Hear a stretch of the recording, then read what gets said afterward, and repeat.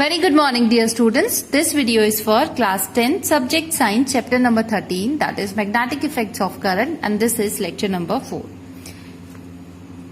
Dear students, in our previous lecture we have studied magnetic field due to a current carrying circular loop, and in this lecture number 4, our topic is magnetic field due to a current carrying solenoid. In previous lecture, we have studied that when we bend a straight conducting wire into a circular loop, and when current passes through this circular loop, when this is connected to a battery, then depending upon the direction of the current, magnetic field lines are produced around the circular loop. And these magnetic field lines are perpendicular to the plane of the circular loop. We have also seen that inside the magnetic field lines are coming upward, and outside the circular loop the magnetic field lines are going downward. This we have seen in our previous lecture. And if we compare the magnetic field of a circular loop to the magnetic field of a bar magnet, then we can understand that the similarity between the two is that the circular loop is forming a very small bar magnet, because of which we can say that yes, here the magnetic field strength is very less, but it is more than that of the straight conductor. It is more than the magnetic field intensity of the straight conductor.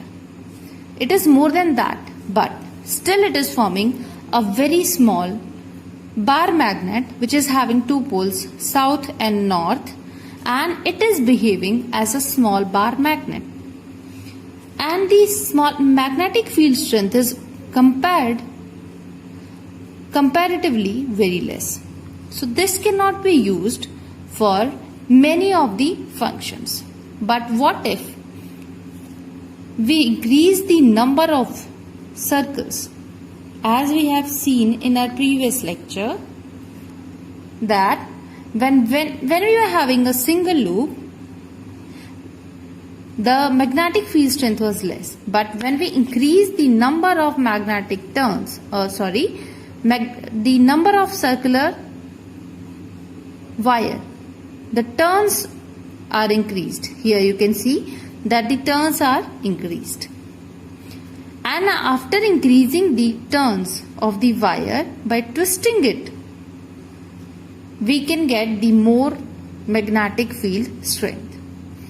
So we can think of that when the number of turns of an insulating wire are increased in such a way that the magnetic field produced around them is very high, or you can say when the wire is twisted in a manner that it forms a long spring-shaped helical cylinder, or I should say cylindrical form of the conducting wire. Just by wrapping a wire on a insulating material, or let me show you it.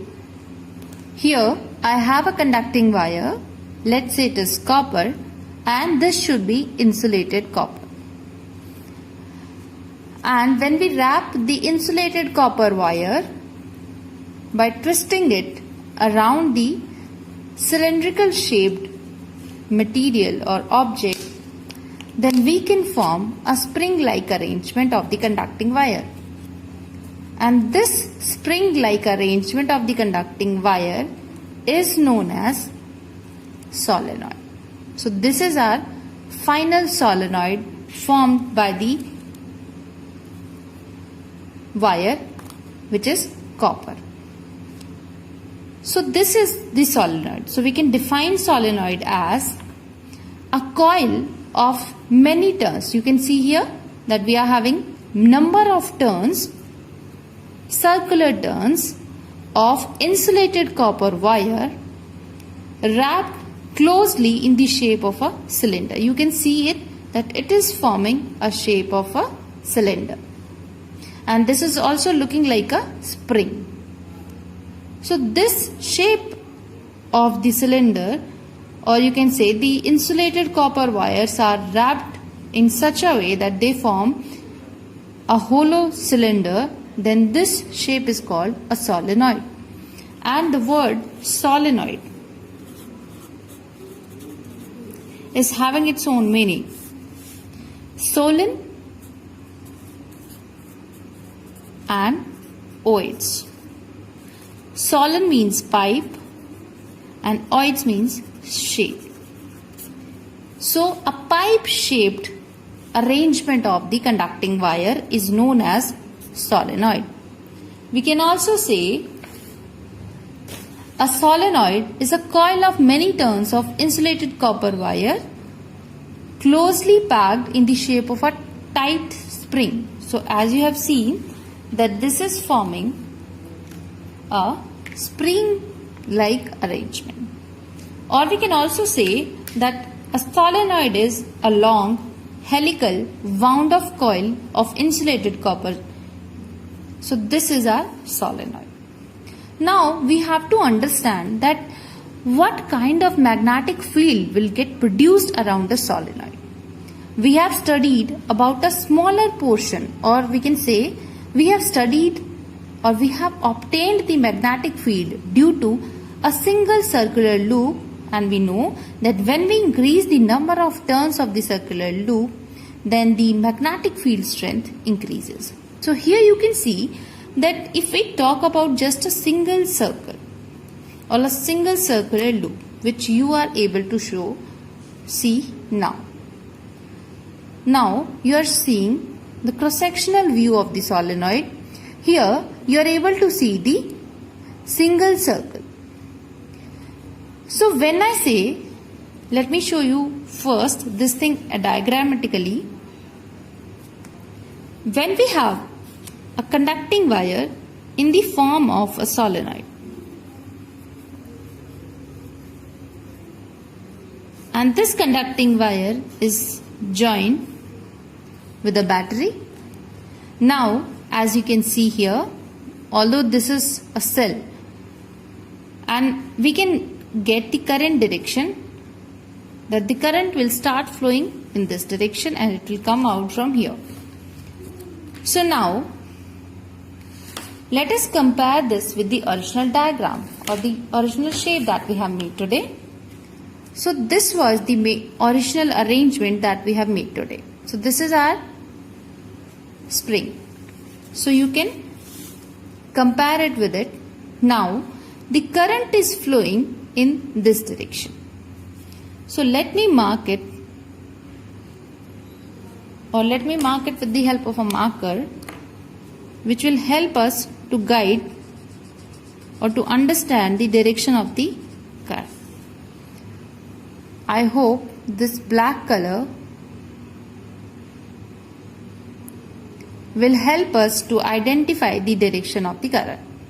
So now we are having the circular loop in front of us in which the current is flowing, and now the current is going in this direction.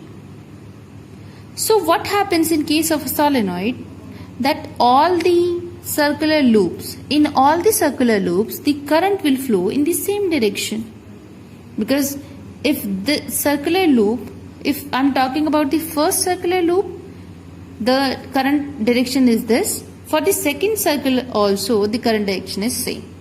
So for all the circles we are having the current direction similar.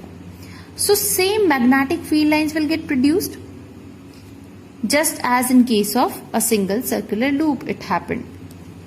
But now as we are having a number of turns of circular, or you can say conducting wire, then the magnetic field lines produced in case of each circle will get merged up, because we know that two lines of magnetic field can never intersect.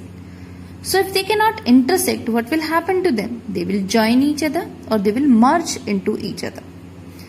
So when they merge with each other, and when we see that the current is flowing in this direction, so the magnetic field lines will get produced around this circle, or you can say this cylinder.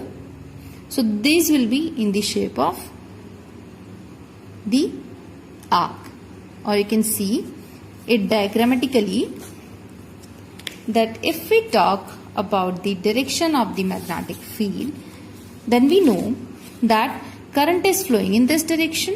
So we know that current is coming here and it is going up. Then it is going up.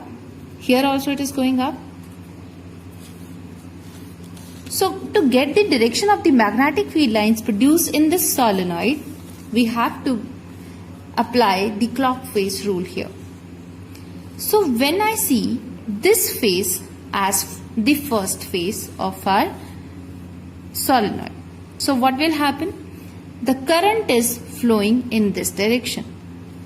That means the current is flowing in this direction. Or you can say first it is going up and then it is going down. And when we merge this, or you can easily remember it that when the current is flowing in anti-clockwise direction, then that face of the circle behaves as the north pole. So here the first phase in which the current is flowing in anti-clockwise direction will behave as the north pole of the magnet, or bar magnet I should say. That means if it is behaving as the north pole, then the magnetic field lines will emerge out of the circles this way. And when we talk about the back or the second phase of the cylinder, then we understand that the current is flowing in this direction and it is coming out. So when we talk about a solenoid, then at the point where the current is going in or flowing in anti-clockwise direction, that is behaving as the north pole, and the magnetic field lines, even if we apply the right hand grip rule, then also we will find the magnetic field lines inside a circle. They always come upward and then they go outside downward. So inside the circle, the magnetic field lines are coming up, and outside the circle they are going down. So that means here at this circle or at this face of the solenoid, the magnetic field lines are coming out.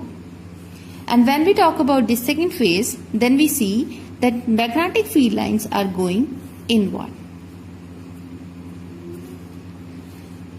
So now when we perform this, we find that this is creating magnetic field this way.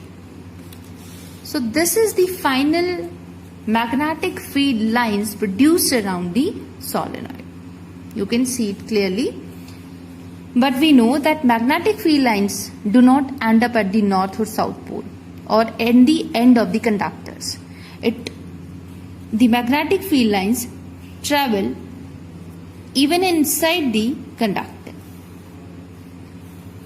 And when we talk about the circular loops, we know that at the center of the circle, almost straight magnetic field lines are there. That means inside a solenoid,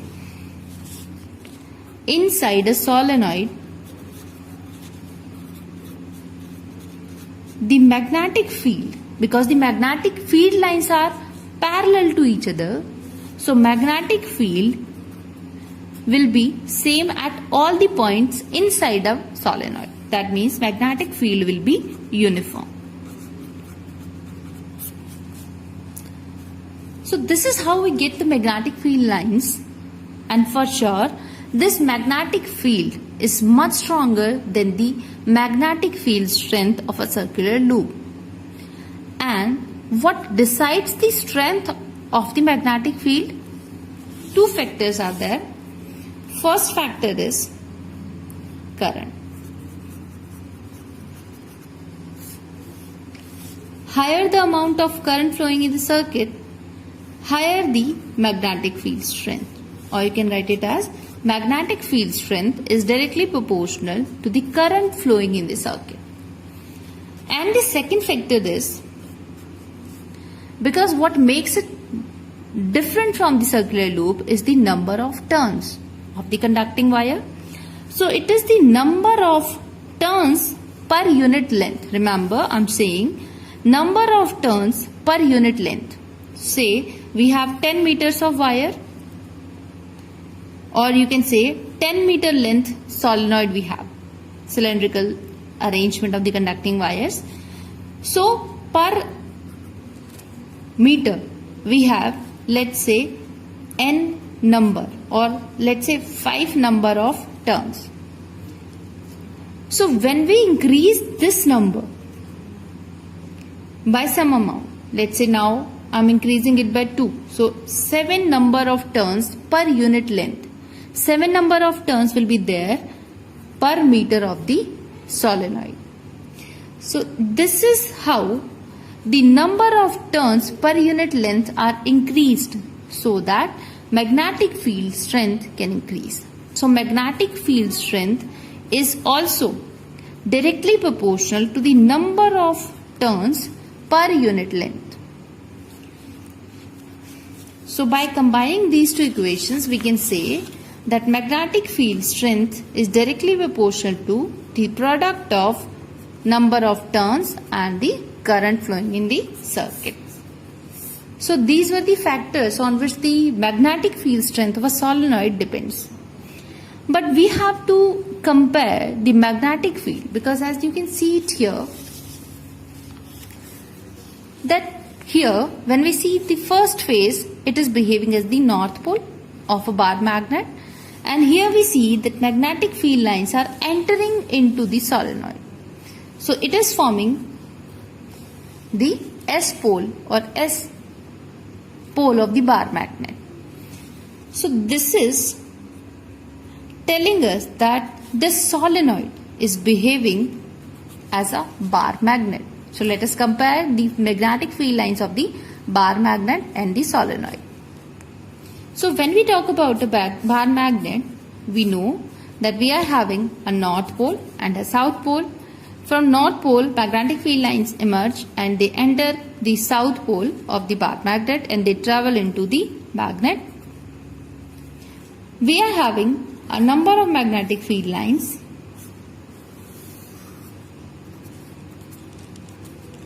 which are coming out of the north pole and they are going towards the south pole.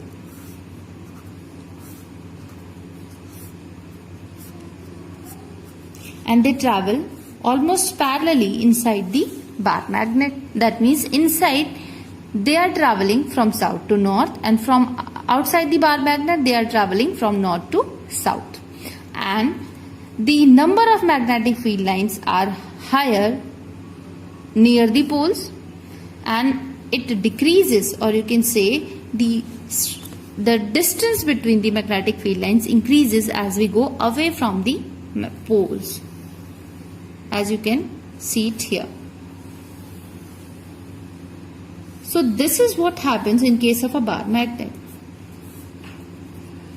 Now let us have the scenario of the magnetic field around a solenoid. What we have in a solenoid, let us make it here, that we are having many number of turns of conducting wire. Let us connect it with a battery.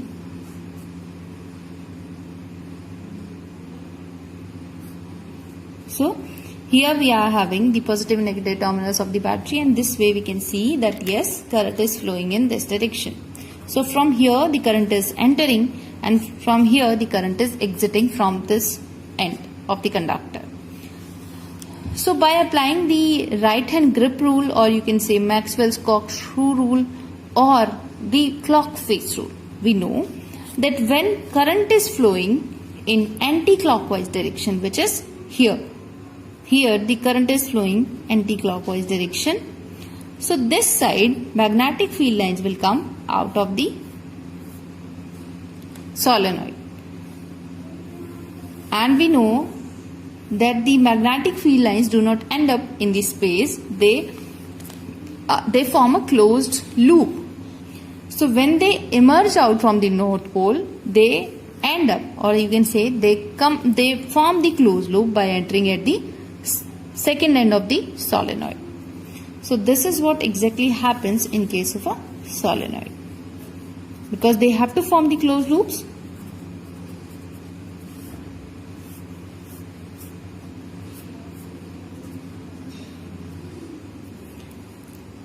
So now, as they have to form closed loops, they will also travel inside the solenoid parallelly across. We have also seen that inside a solenoid, the magnetic field lines are almost parallel, or the magnetic field is uniform. So when we compare these two magnetic field lines, we can find the similarities between them. That this face of the solenoid from in which the current is entering is behaving as the North Pole, applying the clock face rule. And when we see that current is flowing in clockwise direction, that face of the solenoid is behaving as the South Pole of the bar magnet. So we can say that solenoid behaves as a bar magnet.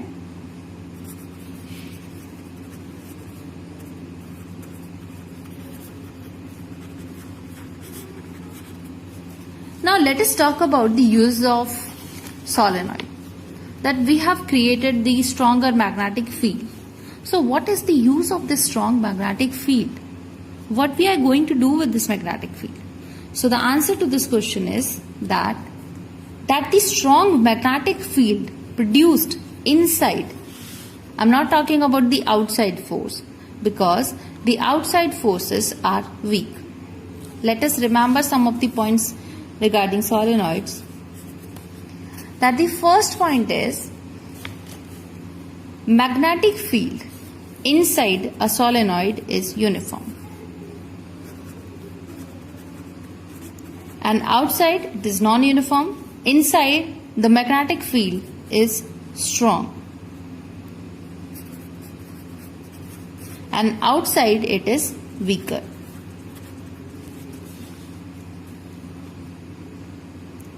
One thing we can say that magnetic field inside a long solenoid decreases as we move towards the ends of the solenoid.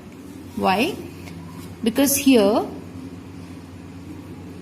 the magnetic field lines were together, and as we go towards the end they diverge. So magnetic field strength decreases. Then one more important thing is that magnetic field line strength or magnetic field of the solenoid resembles the magnetic field of a bar magnet that we have seen. Now we can say that this strong magnetic field, and where is the strong magnetic field around inside the solenoid? It's inside only. The strong magnetic field produced inside a solenoid can be used to magnetize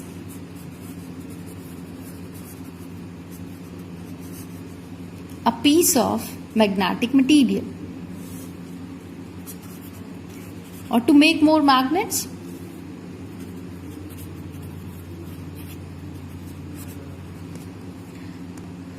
Two things that we know about the magnetic field is that magnetic field can be used to make the magnets, temporary or permanent. So the magnetic field produced inside the solenoid is strong enough that it can produce two types of magnets. Temporary magnets, which are also called as electromagnets, and the second type is permanent magnets. So let us see how the magnetic field of a solenoid is used to produce electromagnets and the permanent magnets. When we place the magnetic material, which can be iron, steel, some alloy of iron or steel,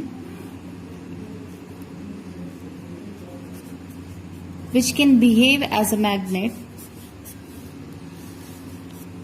These are called magnetic materials. But what happens in these materials, if I talk about iron, especially the soft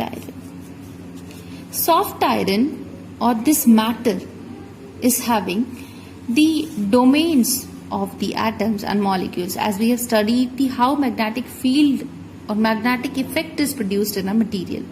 So we know that the magnetic momentum of the atoms of a material, if it is in random directions, so we have a soft iron bar in which we are having domains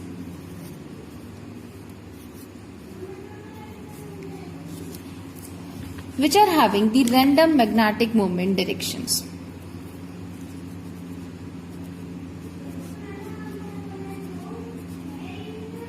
So this way, a random magnetic moment we have in soft iron.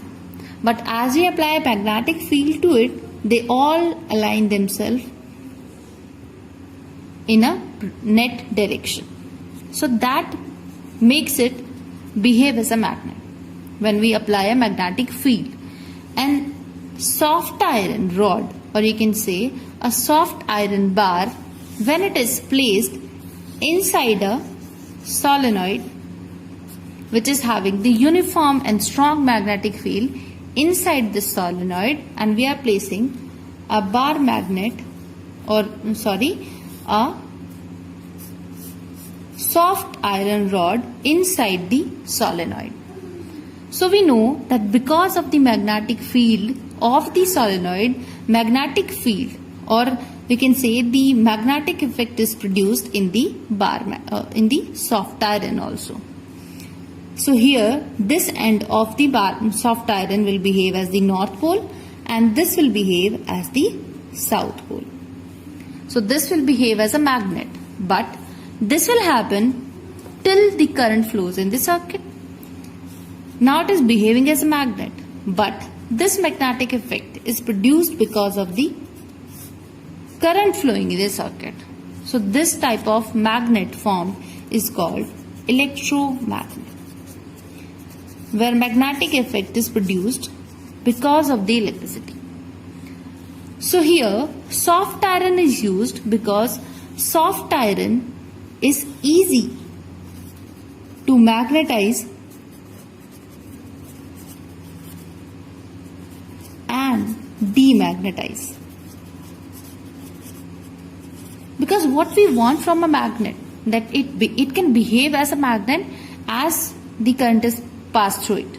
Instantly it starts behaving as a magnet.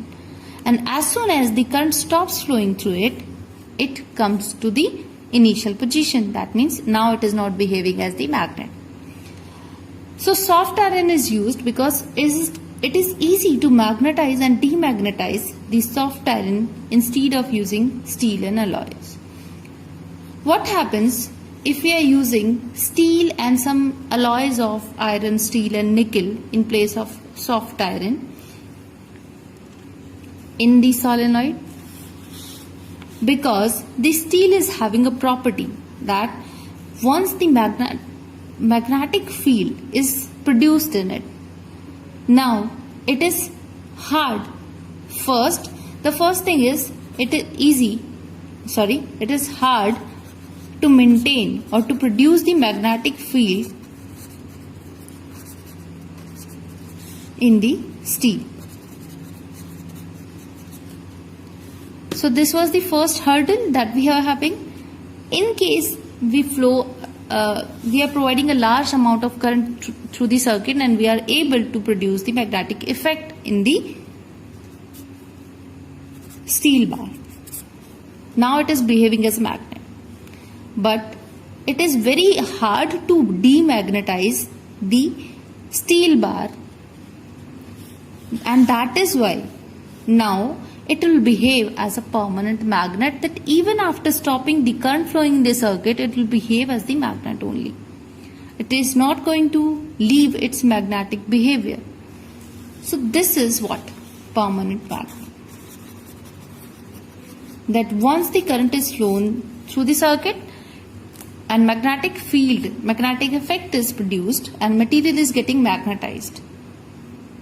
Although it takes time, but when it is behaving as a magnet or when it acquires the magnetic effect, then it is hard to demagnetize the material again even after stopping the current flowing through the circuit. And that type of a magnet formed is called permanent magnet. So generally two types of alloys can be used to make permanent magnets. One is Nippermug, which is an alloy of iron, that is Fe, nickel and aluminium and titanium. Other is Alnico, aluminium, nickel and cobalt. So these two type of alloys are used to make permanent magnets. Now let us see the uses of the magnets formed. Electromagnets, I should say. So the electromagnets are used to lift the heavy loads or heavy iron pieces. They are fitted in the cranes to lift heavy objects of scrap iron. And electromagnets are also used in many devices like electric bell, electric horn, telephone receiver, microphone, radio set, television and loudspeakers. Now let us see what is the difference between the electromagnet and the permanent magnet. To observe the differences in the electromagnets and permanent magnets, we have some of the properties. So the first property is the nature of magnetism produced in the magnet. In electromagnets, it is temporary, whereas in case of the permanent magnets, it's permanent. That even after the stopping or even after the removal of the current from the circuit, we can say that the material will behave as a magnet. But here, as soon as we stop the current flowing in the circuit, the material also stops behaving as a magnetic material. Here, in case of the polarity, that we have two poles, north and south, just by changing the direction of current, that is I, we can change this polarity. That even without changing the actual connections, just by reversing the direction of the current, we can make north pole as south and south pole as the north pole of the magnet. In case of the permanent magnets, it cannot be done. When we talk about the strength, so the strength of a permanent magnet cannot be changed because it is a permanent magnet and it will behave or it will produce the same magnetic effect all the time. But if we talk about the electromagnets, we know that the magnetic field strength depends on the number of turns, the current flowing in the circuit, inversely proportional to the distance. So all these factors can matter in case or increasing the strength of the magnetic field strength.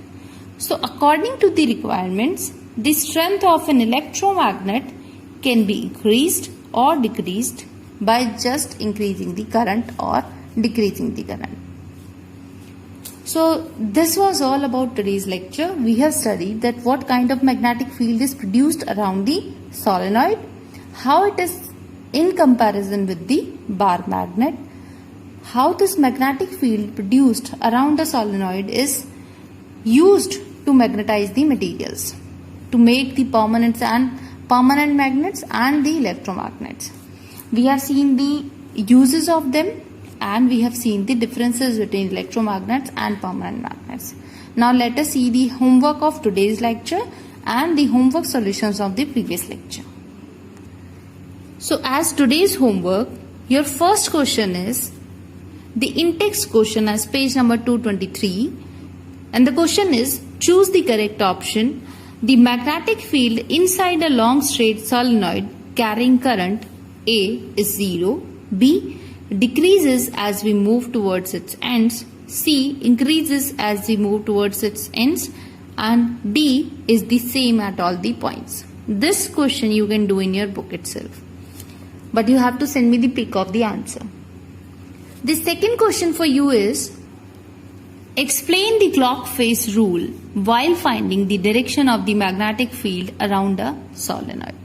So by making the diagram and by making the diagram of the phase of the two phases in which we have two different directions of current, and accordingly we find out the magnetic field line directions. So that you have to explain in the answer. Now let us see the homework solutions of the previous lecture, that is lecture number 3. In lecture number 3 you were having two questions, and the first question was consider a circular loop of wire lying in the plane of the table. Let the current pass through the loop clockwise. Apply the right hand rule to find out the direction of the magnetic field inside and outside the loop. So that we have discussed today as well, but let me explain you the answer. That when we draw a circular loop,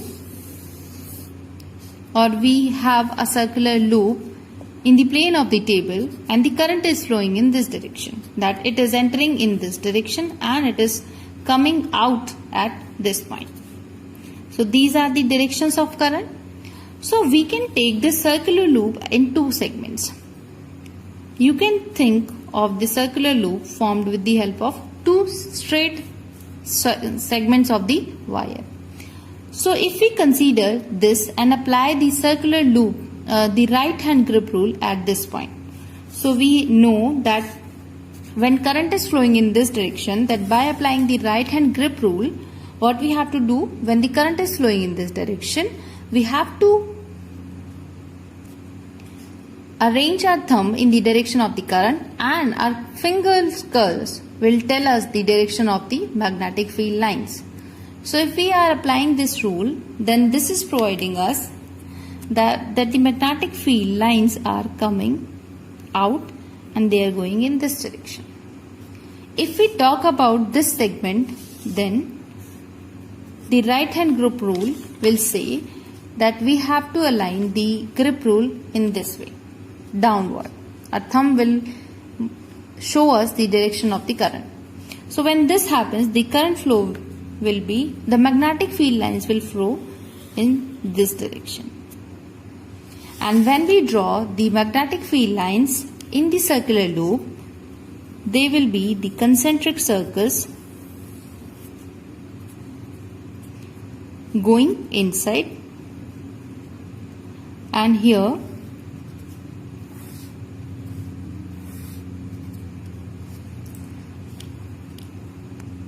so here as we can see that when current is flowing in clockwise direction, the magnetic field lines are entering in the circle. So when they are entering in the circle, so they are going down, or they are going in the plane of the table. So they are going downwards inside the circular loop, and they are coming up when we are talking about the outside of the circular loop when the current is flowing in clockwise direction. But this will be opposite when the current will flow in anti-clockwise direction. Then the magnetic field lines will come out of the circle inside, and they will go down outside the circular loop. So this is how you have to draw the direction of the magnetic field lines outside and inside the magnetic field or the circular loop. The second question is the magnetic field in a given region is uniform. Draw the diagram to represent it. And the answer of the question will be that when the magnetic field is uniform, that means magnetic field lines are parallel to each other and they are having a equal distance from each other. So we can draw the magnetic field lines to represent the uniform magnetic field in this way. So this would be the answer for the second question. So dear students, we'll continue in this chapter in the next lecture. Till then, take care and goodbye.